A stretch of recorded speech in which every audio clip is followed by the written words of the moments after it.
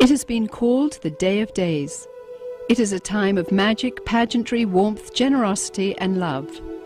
For many of us, our fondest childhood memories revolve around the traditions of Christmas. It is a time that many around the world celebrate as the birth of Jesus Christ, the Savior and Messiah of mankind. In recent years, however, the spiritual holiday has become a time of mass marketing and crass commercialism. Incredibly, many businesses derive more than half their yearly income during this period. The process of gift-giving, once thought to have come from the story of the wise men who offered gifts to the newborn Christ, has evolved into the buying frenzy we see today during the month of December. But what about the other Christmas traditions? Have you ever wondered why we decorate the Christmas tree? Why we light the Yule log? Why we hang the mistletoe? And why we teach our children to believe in Santa Claus? In the next hour, you will discover the true origins of Christmas. You may be surprised or even shocked to learn the source of your favorite holiday traditions. Chances are, you'll never look at Christmas the same ever again.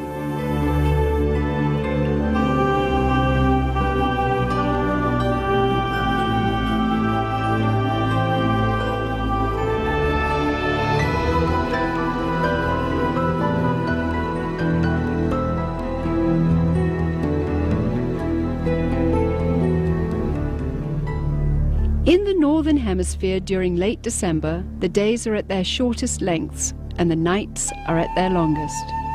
For those of the pagan world, this has always been the greatest time of the year to celebrate and practice the works of darkness. The pagan calendar identifies this period as the winter solstice. It was during the pre-Christian midwinter pagan celebrations of Scandinavia's Norsemen where today's Christmas traditions began. As a means of honoring the pagan sex and fertility god Yule, a 12-day celebration during the month of December was inaugurated. A large single log considered to be a phallic idol was lit on fire and kept burning for 12 days. Animal or human sacrifices were offered in the fire on each of those days. Wild, delirious reveling accompanied the daily sacrifices as drunken participants defiantly strove to make contact with spirits. 1,000 miles away in pre-Christian Rome, celebrants were paying homage to their own gods during the winter solstice. Witchcraft traditions hold that a number of pagan gods were given birth during this period, including Dionysus, Attis, and Baal, chief male god of fertility and licentiousness. Another pagan god from Persia, identified as Mithra, was said to have been born specifically on December 25th. Mithra was the god of the unconquerable sun, the god of the light between heaven and earth, worshipped at that time by an influential Roman cult. His birth symbolized an end to the long nights and a return to the dominance of the sun. During the month-long winter solstice celebration, courts in Rome were closed. Any and all crimes were allowed. Homosexuality, cross-dressing, and uncontrolled debauchery reigned supreme. Rome's order was turned upside down. Even children were allowed to join in the drunken orgies as part of the Juvenalia celebration. By 270 AD, the Roman Emperor Aurelian had made it official, setting aside a 7-day period from December the 17th through the 24th, culminating in an exchange of gifts on December the 25th to celebrate the birth of the sun god. This Roman orgy to end all orgies later became known as Saturnalia, in honor of the god Saturn, the god of excess. Roman soldiers invading Britain brought with them their pagan orgiastic traditions. Upon taking root in England, Saturnalia became known as the Festival of Fools, reigned over by the Lord of Misrule. By the 4th century, the influential government-sanctioned Church of Rome, unable to outlaw the growing number of pagan practices, chose instead to adopt them into their so-called official Christianity. The Church believed this would attract more pagans to their fold. Up until this time, the birthday of Jesus Christ, the Jewish Messiah, had not been celebrated at all. Ignoring scriptures, however, indicating that the birth probably did not occur during the winter, the church nevertheless confused biblical history and made Jesus' birthday coincide with the pagan god Mithra. The birth date of the sun god had now become the birth date of the Son of God. It was hoped that the pagan celebrations of Saturnalia would merge into this new legally sanctioned form of Christianity. The Church's practice of changing the dates of Christian events to coincide with pagan festivals continued, and by the 7th century, Pope Gregory I had ordered Augustine of Canterbury to incorporate any and all pagan practices and customs into the expanding Roman Catholic Church. During the Middle Ages, the debased Mardi Gras atmosphere of what was now known as Christ's Mass had reached a fevered pitch. Common practices included open sex in the streets, rioting, murder, and a number of pagan druidic Halloween rituals. This blood-drenched celebration got so out of hand that by 1652, following the execution of King Charles I, Christ's Mass was finally outlawed in England. A religious reform movement began sweeping the country, led by Puritan Oliver Cromwell. The Puritans took the biblical mandate seriously, which commanded that Christianity remain pure and separate from paganism. Despite their noble efforts, the celebration simply went underground, and by 1656, after only 4 short years under the ban, the public's demand for the legalization of Christ's Mass had become insurmountable. The appointment of Charles II to the throne restored England's monarchy, and with it the celebration of Christ's Mass. The Puritans had lost England, but they held high hopes for the new world. When the first settlers came from England, they were, for the most part, Puritans. They came here for religious freedom. They came here to be free to worship God without a hierarchy and without the corruption of the organized church that they had known before. And when they came with the clear knowledge of the danger of these pagan practices that had become so dear to the hearts of their ancestors. Following England's lead in 1659, the colonies of America had likewise outlawed Christmas. For 200 years, the clergy in New England battled to keep the riotous celebrations honoring the pagan god Saturn from infiltrating the New World. The Reverend Cotton Mather had warned in a Christmas Day sermon in 1712, "Can you in your conscience think that your Holy Saviour is honoured by hard drinking, lewd revelling, and by a mass fit for none but Bacchus or Saturn?" But the public's taste for sin and revelry persisted. In 1828, gang rioting during the Saturnalia-like Christmas celebrations got so bad that cities such as New York were forced to institute a professional police force for the first time in order to control the savagery. Christmas was not only not widely celebrated, in many cases, many places, Christmas celebrations were actually outlawed. And this was because of the attitude of many of the churches who regarded it as primarily as a pagan celebration and as a reproach to the Lord. By the mid-19th century, American churches were the last remaining holdout in the war against the validation of Christmas. However, they too finally succumbed as a result of the efforts of the American Sunday School Society, who began advocating Christmas programs for children as a method of filling the pews. The Society argued that children could be taught about the birth of Christ through the reenactment of the Nativity. They also offered candy and treats to the children as a means of enticing families into accepting the holiday, despite its notorious history and blatantly pagan roots.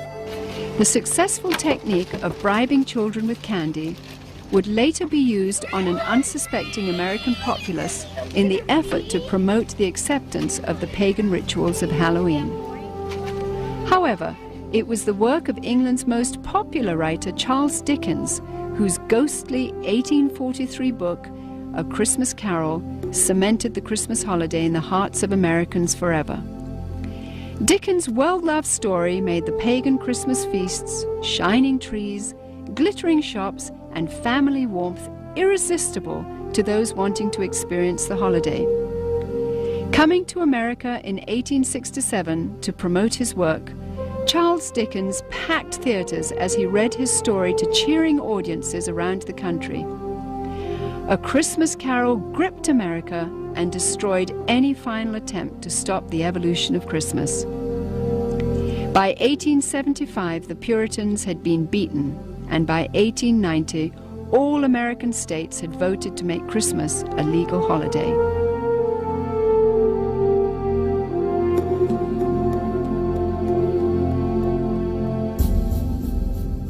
Today's tradition of the Christmas Yule log stems directly from the worship of the pre-Christian Scandinavian fertility god Yule.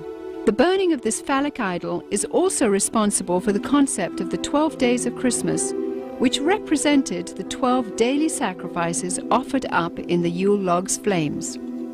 Another good example of the pagan elements of Christmas is the whole concept of Yule and the Yule log. The very term is derived from the Norse god Yule, spelled J-U-L. And every year around Christmas time, a huge log was cut down and fashioned into a fertility symbol and then burned for 12 days. And on each successive day, a new sacrifice to the god Yule was performed in the fire, and a new sacrificial victim was burned to death. Sometimes, but not always, these sacrificial victims were human beings. And the whole notion of the 12 days of Christmas also comes to us from this Norse pagan tradition. In an attempt to blur the origins of this horrific ritual, the Church of Rome placed the first day of the Mass of Christ on December 25th and the 12th day on January the 6th. Despite no scriptural references for January the 6th, it was selected as the day the wise men supposedly arrived to offer gifts to the newborn Christ. This day then has become known as Epiphany. During the Dark Ages, the European custom of putting an oil-lighted wick lamp in the windows during the 12 days of Christmas signified to neighbors that the occupants were participating in the pagan worship of the phallic idol Yule. In today's commercialism, this is where we get the tradition of decorating our houses with Christmas lights. The Yule log custom was originally brought over to America by Scandinavian immigrants during the 1600s. And despite attempts to ban the tradition, it has stayed with us to this very day. Today, when we wish someone Yuletide greetings, we are in a sense invoking the power of the fertility god Yule upon that person.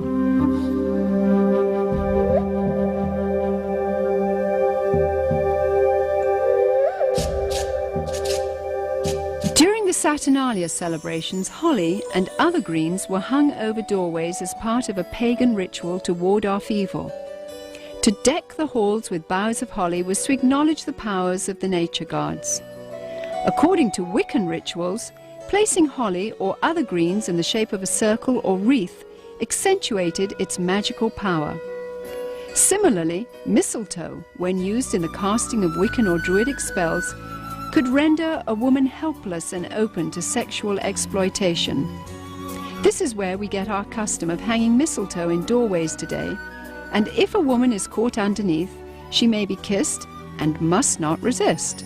The fir tree, the mistletoe, all of these things typically come from overtly pagan traditions, typically from Northern Europe, German, Norse, and English. Likewise, evergreen trees have always represented sex and fertility in pagan cultures. During the winter solstice, trees would be chopped down, brought inside, set up, and decorated as idols for worship. The Christmas tree was regarded as a sacred tree. The pagans of Northern Europe typically worshipped trees. They regarded trees and groves as sacred. So the bringing of the tree into the house would be a way of bringing this supernatural source of blessing into your home. That was the whole idea, that there were spirits who resided in the trees. In the Middle Ages, the tradition of the winter solstice Christmas tree primarily took root in Germany. During his reign, King George I, himself of German extraction, brought the custom to Victorian England. German immigrants settling in Pennsylvania did the same in America during the early 1800s. In 1848, the London Illustrated News published this famous engraving depicting Queen Victoria and her royal family beside a decorated Christmas tree. And within a few years, nearly every English household had their own tree in allegiance to the monarchy. By 1900, the U.S. Forest Service estimated that at least 1 in 5 homes in America had adopted the Christmas tree tradition. Thousands of years earlier, God, speaking through the prophet Jeremiah, warned against this pagan practice in the Old Testament. Thus saith the Lord, learn not the ways of the heathen, for the customs of the people are vain. For one cutteth a tree out of the forest, they deck it with silver and with gold. They fasten it with nails and hammers that it move not. Be not afraid of them, for they cannot do evil, neither also is it in them to do good.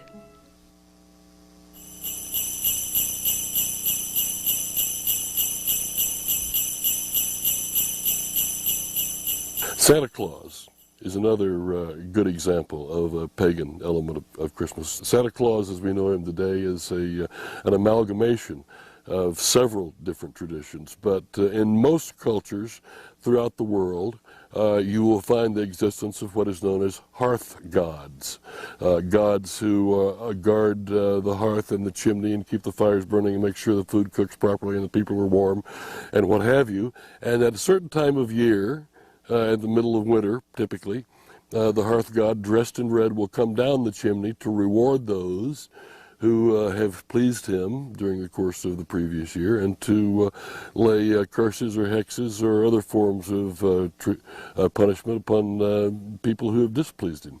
The concept of Santa Claus has had a long and winding history, with a number of diverse cultures contributing to the composite character we have today.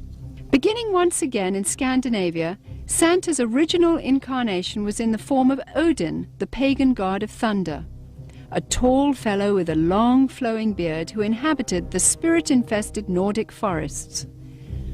Odin would travel the sky during the winter solstice, deciding who would die and who would prosper. Most believers were frightened of this particular time of year. In England, Odin eventually evolved into Father Christmas, who, crowned with sprigs of holly, traveled the countryside getting roaring drunk as part of the Festival of Fools celebration. Frequently, he would be accompanied by a horned goat, ironically the biblical symbol of those who reject the salvation of Jesus Christ. According to the traditions of the Church of Rome, there was a Turkish bishop named Nicholas who hailed from Myra in Asia Minor during the 4th century. He was known as the patron saint of seafaring men. Over the centuries, as the legend began to unfold, it was rumored that St. Nicholas had actually captured the devil himself, put him in chains, and made him his personal servant. Recognized in various cultures as Krampus, Beelzebub, or Zwart Piet, Black Peter, this assistant of St. Nicholas is best known by his German name, Knecht Ruprecht. Described as a hideous horned creature, the servant Ruprecht was a dark and sinister figure who stood in stark contrast to the saintly Nicholas. Somehow, Father Christmas's companion, the horned goat, had metamorphosized into the foreboding horned devil called Ruprecht. As St. Nicholas traveled from house to house, inquiring about the behavior of children, Ruprecht would drop candy and gifts down the chimney into the good children's shoes which had been placed there. It was from this story that we get our tradition of hanging stockings on the mantle at Christmas time. If able to recite a verse or demonstrate a skill for St. Nicholas, the child would receive a gift. If unable to remember a verse, or if the child had been bad, he or she would receive a switch or a whip. Ruprecht also carried a large sack which he would frequently use to haul away the really bad boys and girls. As more and more Christian churches began combining the pagan rituals of the winter solstice with the celebration of the birth of Christ, emphasis on St. Nicholas's role began to shift. some cultures began to downplay the role of St. Nicholas, but surprisingly retained Ruprecht. Eventually, Knecht Ruprecht was made the companion and servant to the Christ child himself. In this scenario, the devil is actually given the title Weihnachtsmann, or Santa Claus. 19th century writer Theodor Storm, in his story about Knecht Ruprecht, even goes so far as to describe the switches given to the children by Ruprecht as tools to be used in sadomasochistic rituals. Soon, the image of Ruprecht would fade from the Christmas tradition, but not his sadistic influence. Many of the early depictions of Santa Claus portrayed him not as a jolly gift giver, but of an unfriendly disciplinarian complete with a ready switch or whip. One of the problems with the Christmas gift thing for children is that it really is a religious teaching, a wrong religious teaching, because it teaches them that if they're nice, they get the gifts. If they're naughty, they don't. Or in my case, I was taught that he would leave us a bundle of switches. Isn't that interesting? It's a salvation by my own personal virtue. But there's a second thing wrong with it, and that is that they're going to get those gifts whether they're naughty or nice, because most parents love their children and wouldn't dream of, quote, ruining their Christmas.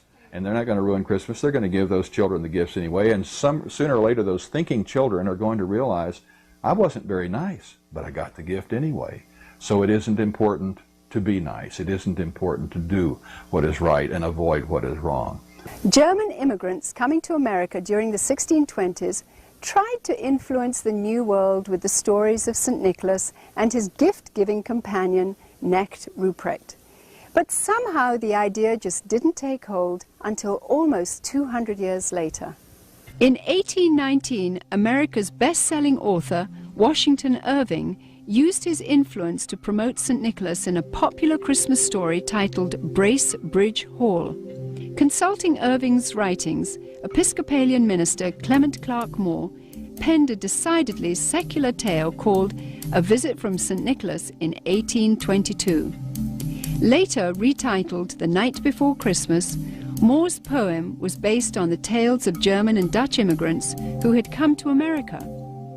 Intended originally only for his own children, Moore's story was published in the Troy Sentinel in New York and became an overnight sensation.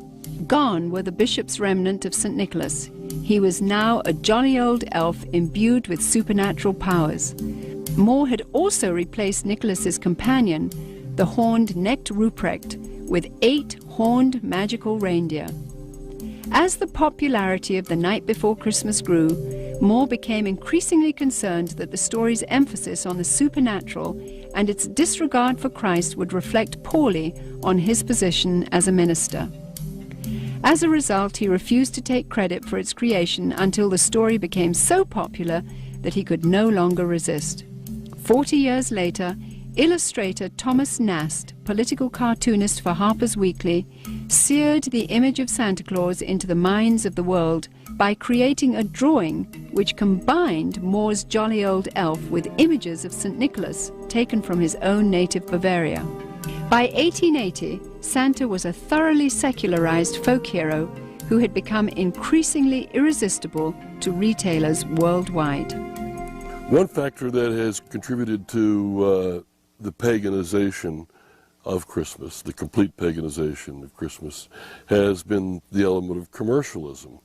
It may seem odd to think of it in that context, but remember that Christ himself identified the love of money as a spiritual force in and of itself. And where it comes into play, it has a kind of naturally hostile effect on the gospel and the Christian faith. So the commercialization of Christmas has helped to highlight the pagan elements and to drive the overtly Christian elements further underground. To me, the most obscene thing about Christmas celebrations and customs as we know them is that as a result of these things, Jesus is displaced in the hearts of children by Santa Claus. The love, affection, appreciation, trust, the desire to emulate, these things that they should have in their hearts and minds as growing children for Jesus himself, to whom they owe everything. Instead, this has been stolen, this has been raped out of their hearts in a sense and displaced by the myth of Santa Claus. He takes the place of God or of Jesus Christ in the special world that is Christmas. He has supernatural knowledge of your history. He has supernatural knowledge of your present, of your attitudes. He's keeping a list. He knows who's naughty and nice. Your parents don't even know that. He's obviously got some conduit to knowledge that is beyond the human, and he flies through the air, capable of visiting every place on the globe in the course of a single night. In many, many ways, Santa exhibits supernatural qualities that provide a kind of a surrogate deity or a substitute for God or for Christ. Myths, by definition, evolve and change, and things are added. We used to have a Santa Claus figure that was confused with St. Nicholas and confused with other pagan figures, and then somehow he evolved through the drawings of Thomas Nast and others into what we see today, but he had a sleigh with 8 supernatural reindeer that can fly. And so the Christmas traditions that are pagan continue to change. But the truth of Jesus, the truth of the Incarnation, the truth that the Word was made flesh and dwelt among us, never changes, never will.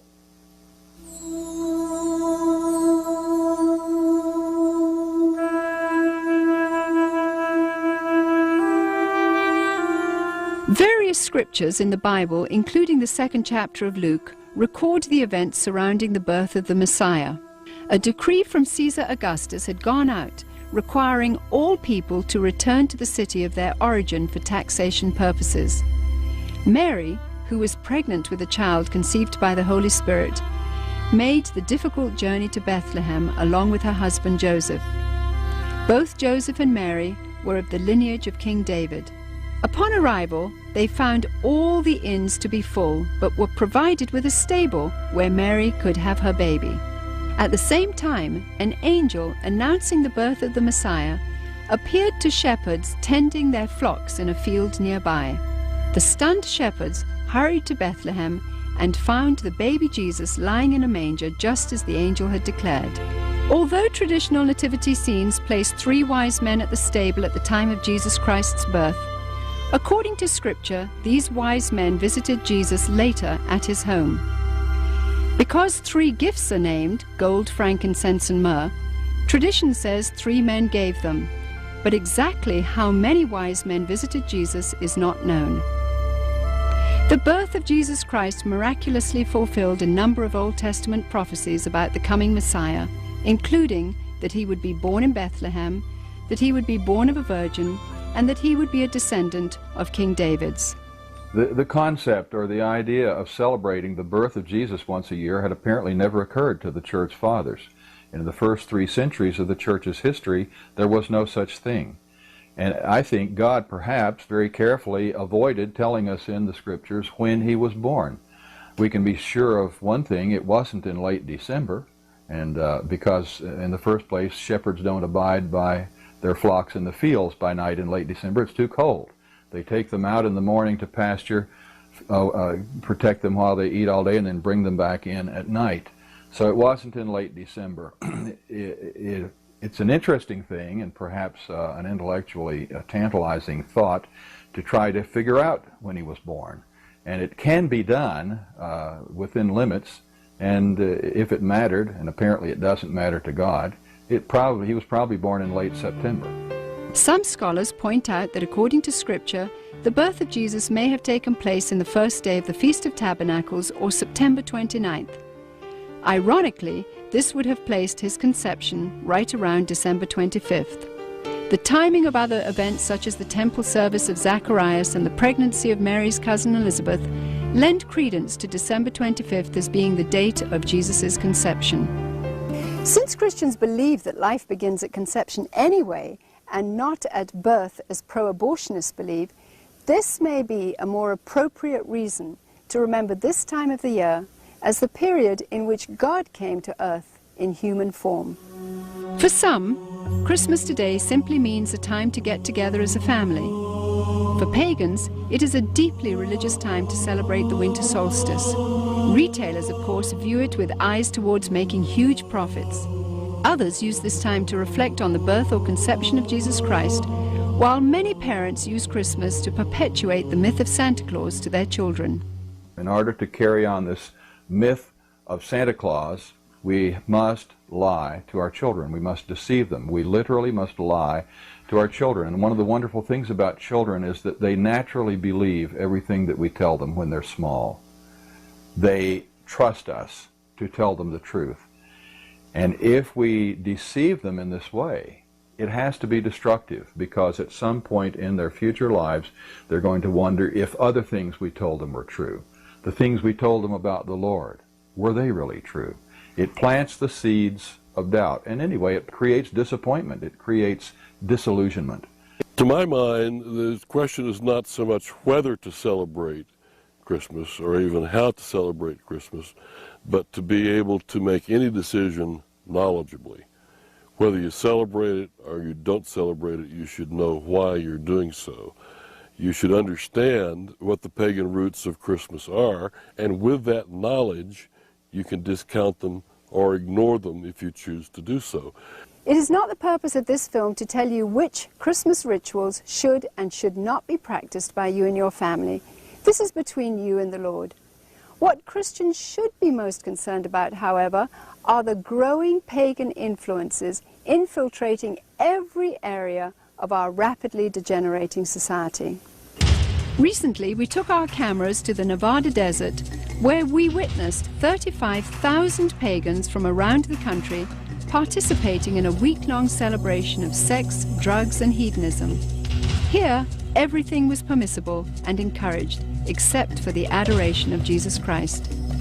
In nearly every ritual performed, Christianity was mercilessly mocked and despised. Each year, the numbers of participants continues to grow. Its attraction is expanding worldwide as it recruits through the internet. It is sobering to witness what could be the wave of the future unfolding before our eyes. It is not only permitted in the public schools, in the government schools, to celebrate holidays. It is encouraged and in some instances required. But with this condition, they must be pagan.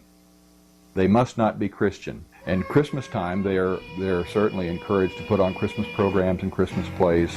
But all references to Jesus, all references to the gospel, all references to the incarnation, all references to God must be omitted. They sing about Santa Claus, they sing about Rudolph the Red-Nosed Reindeer, and God only knows what else they sing about that isn't scriptural. Since the pagan elements in Christmas are so strong, and they provide virtually the entirety of the structure and the content of the holiday, there is no Christian element in the holiday.